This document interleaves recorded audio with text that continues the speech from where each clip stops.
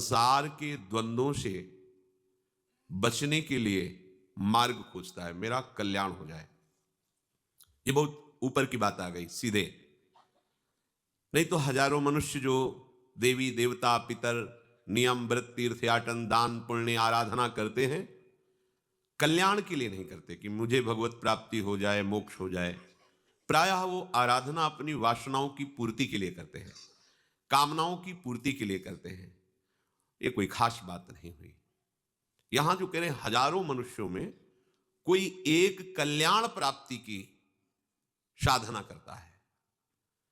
इस कल्याण प्राप्ति के मार्ग में चलने वालों को ध्यान से देखना चाहिए कि हम किसी वस्तु व्यक्ति भोग सामग्री के अभाव में भगवत मार्ग तो नहीं स्वीकार किया।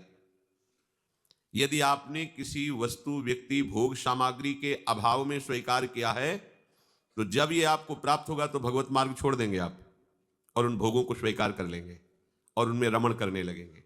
तो आप भगवत मार्ग के उपासक ही नहीं थे। वासना के अभाव में इस मार्ग में कदम रखा, वासना जहां घेरी तहां छोड़ दिया। इसलिए भगवान कह रहे हैं कि कोई एक प्रयत्न करता है भगवत प्राप्ति का। चलते हैं हजारों में कोई एक, हजारों चलने वालों में कोई एक प्रयत्न करता है। इसका तात्पर्य एक तरफ प्रियालाल है, एक तरफ संसार के भोग हैं और आप मार्ग में चलने वाले पथिक हैं।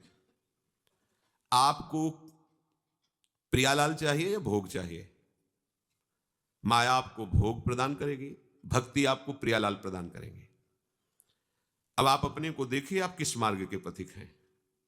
जहां आपके सामने भोग रूपी दाने माया ने फेंके तो आपकी दबी हुई महत्व बुद्धि जागृत हो गई और आप भोगों को स्वीकार कर लिया। तो आप प्रियालाल के मार्ग के पथिक नहीं, आप भोगों की प्राप्ति के लिए आराधना कर रहे थे, फिसल गए। आप अपने कल्याण के लिए, प्रेम तो बहुत ऊंची बात है, आप अपने कल्याण का भी निश्चय नहीं किए हुए थे। इस मार्ग में आते ही हैं, कोई संसार के दुखों से क्लांत शांत होकर भगवान की शरण लेता है, तो उसे विचार करना चाहिए कि जिन भोगों को हम चाहते हैं वो भोग तो किसी न किसी के पास बहुत है, उनको तृप्त हो जाना चाहिए, पर वो तृप्त नहीं हुए। तो मुझे विचार के द्वारा वो वासना, वस्तुओं के अभाव की भावना, इसका त्याग कर देना चाहिए, नहीं आगे गिरा देगी। जिस किसी भोग में तुम्हारा हृदय द्रवित हो रहा है, तो विचार विवेक के द्वारा आप उसे दबा दीजिए, नष्ट कर दीजिए अंदर ही अंदर। अगर वो वासना बनी रही तो आपको प्राप्त होगी, क्योंकि आप अध्यात्म मार्ग में चल रहे हैं तो आपके अंदर शक्ति आएगी। वो आकर्षणकारी भोग सामग्री आपके सामने आएगी और आपने महत्व बुद्धि कर ली है, सुख बुद्धि कर ली है, तो आप फिसल जाएंगे। आपका प्रयत्न भोग भोगने के लिए नहीं हुआ है, ये भगवत प्राप्ति के लिए हुआ है। आप देखो कैसे उपासक हो। भोग सामग्री सामने आई तो प्रियालाल को छोड़ दिया, भूल गए प्रियालाल को। यह आपकी बहुत बड़ी गलती है। इसीलिए हजारों चलने वालों में कोई एक प्रयत्न करता है, फिर हमारा सारा प्रयास होता है पाखंड का। अब हम भोग भोगते हुए अपने सम्मान को सुरक्षित रखने के लिए नाटक करने लगते हैं, हमारी दुर्गति हो जाती है। अंदर हम अशांत रहते हैं, बाहर से शांति का नाटक करते हैं। अंदर से हम असाधु हैं, बाहर से साधु का नाटक करने लगते हैं। इससे हमें शांति प्राप्त नहीं हो सकती। इससे हमारा बड़ा अहित है और जो हमारे पास आएगा उसका भी बहुत बड़ा हित है। यदि हमारी ऐसी वृत्ति है तो श्री हरिराम व्यास जी महाराज कहते हैं, आप न जानत कही न मानत, अजहू गुरहीन करत अशैलो, आपुन बिगरी बिगारत औरन, ज्यों जल नाये काचो घैलो, जुग जुग जन्म जन्म याही ते, अजहू न भर्यो विषय को थैलो, व्यास बचन माने बिनु जाने, नरक परेगो ऐलो पैलो। बिनु विवेक वैराग्य भक्ति बिनु सत्य न एको मानो, भगवत विमुख कपट चतुराई, सो पाखंड नहीं जानो। महापुरुषों के वचनों को मानो। विवेक वही है जो असत वासना को विचार के द्वारा रोक ले, उसे भस्म कर दे। अंदर ही अंदर जो जलन होती है वो वासना भस्म हो रही, आपको कष्ट नहीं हो रहा, आप तदात्म हैं अंतःकरण में और वासना को सुखद मान रहे हैं, इसलिए आपको कष्ट हो रहा है। यदि आप कोई वासना लेकर के भगवत मार्ग में चलेंगे तो आपको कष्ट मिलेगा, अशांति मिलेगी, आपको भगवदानंद की अनुभूति नहीं होगी, तो आपके अंदर नास्तिकता बढ़ जाएगी। अरे कुछ नहीं है, नाम जप में 20 वर्ष से जप रहा हूं, कुछ नहीं है, भक्ति में बहुत करके देख लिया, वैसे ही अशांत हैं। चलनी में गैया दुहे, दोष दई को दे, हरिगुरु कहो न माने। बात समझिए आप। ऐसे हमारी वृत्ति बिगड़ जाती है कि सारा का सारा हम प्रयत्न वासना निपटाने में नहीं लगाते, वासना को छुपाने में लगाते हैं। बस बहुत सावधानी की जरूरत है। विषयीन हाथ बिकाए नहीं रिझवन भतार के। हमारे जो भरतार श्री हरि हैं, उनको रिझाने की सारी वृत्ति दब जाती है, और विषयी पुरुषों के द्वारा प्राप्त सम्मान, मान, प्रतिष्ठा, धन, भोग, सामग्री, इसे हम मान लेते हैं साधना का फल, और हम भटक जाते हैं। फिर ऐसा अगर हमें संग मिल गया ऐसे जनों का, तो कह रहे हैं आप न जानत, वो खुद तो जानते नहीं है कि सतमार्ग क्या है। क्यों? क्योंकि कहीं ना मानत। अजहू गुरुहीन करत अशैलो। गुरु के वचनों के विरुद्ध आज भी उनके आचरण है, वो गुरु की आज्ञा नहीं मानते, और आप जानते नहीं कि सत्य मार्ग क्या है, सत्य आनंद क्या है। तो आपुन बिगड़ी बिगारत औरनी, खुद तो बिगड़े हुए हैं, और जो उनके समीप आ जाते हैं उनको भी वो बिगाड़ देते हैं, सतमार्ग विहीन कर देते हैं। ज्यों जल नाये काचो घैलो, जैसे कच्चे घड़े में पानी डाल दिया जाए तो नष्ट हो जाता है, ऐसे वो स्वयं नष्ट हैं और आए हुए जनों की आस्तिकता पर प्रहार कर देते हैं। उनकी शुद्ध आस्तिकता बदल जाती है, नास्तिकता की तरफ बढ़ने लगते हैं। जुग जुग जन्म जन्म याही ते, अजहू न भर्यो विषय को थैलो। ये कुविचार होने के कारण, विवेक विराग भक्ति ना होने के कारण, देखो जन्म जन्म से विषयों को भोग रहे हो, क्या तुम्हारी तृप्ति हुई? तो सावधान हो जाओ। व्यास बचन माने बिनु जाने, नरक परेगो ऐलो पैलो।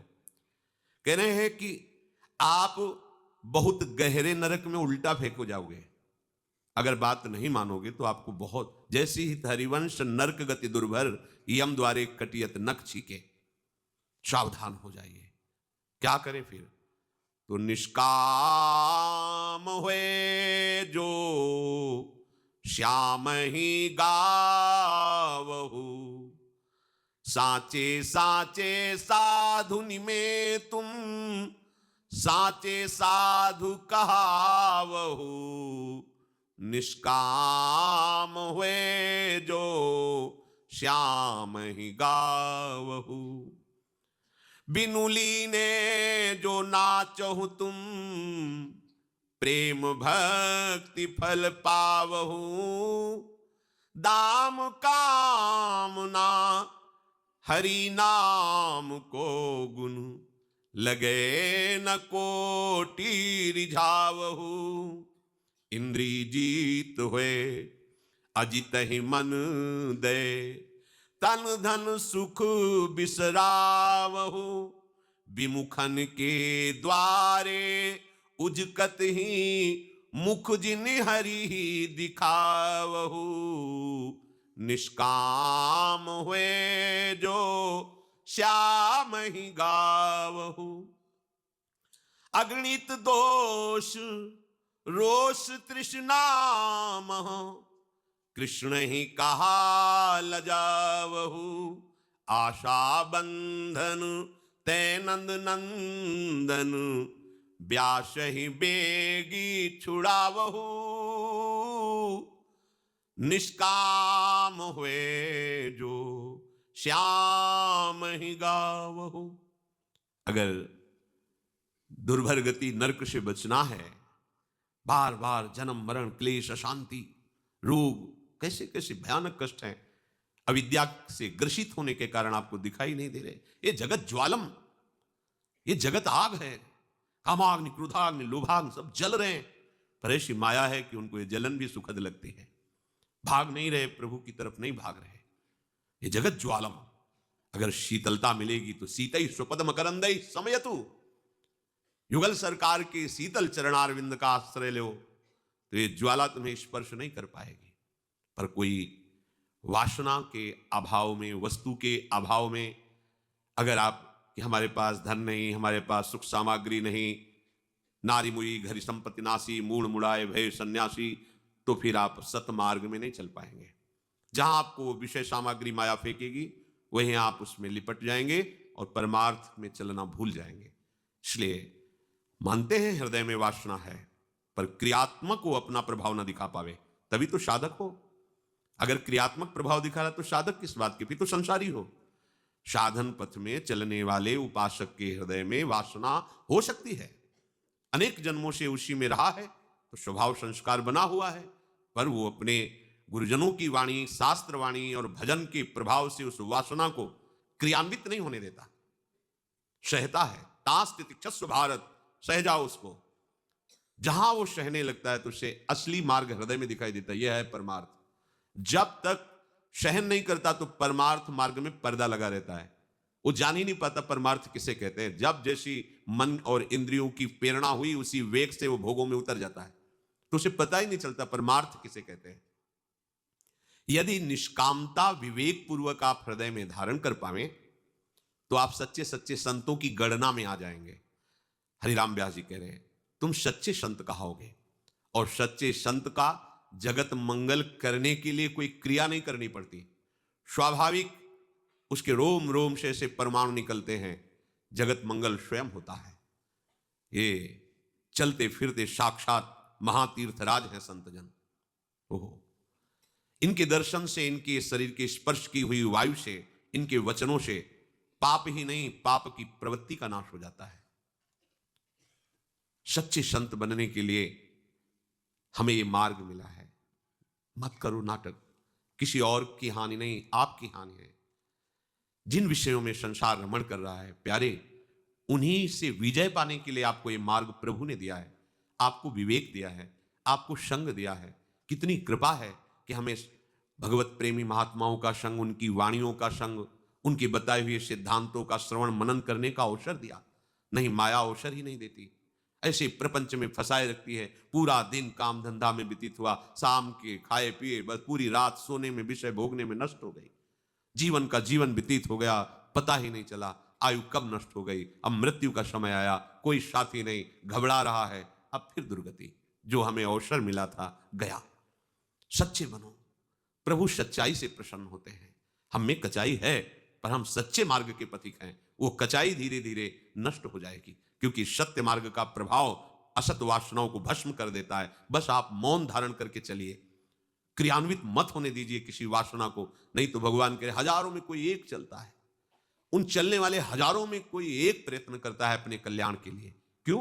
क्योंकि उसे भोग के अभाव में परमार्थ के पथ की स्वीकृति हुई, तो जहां भोग मिला वहीं फिसल गया।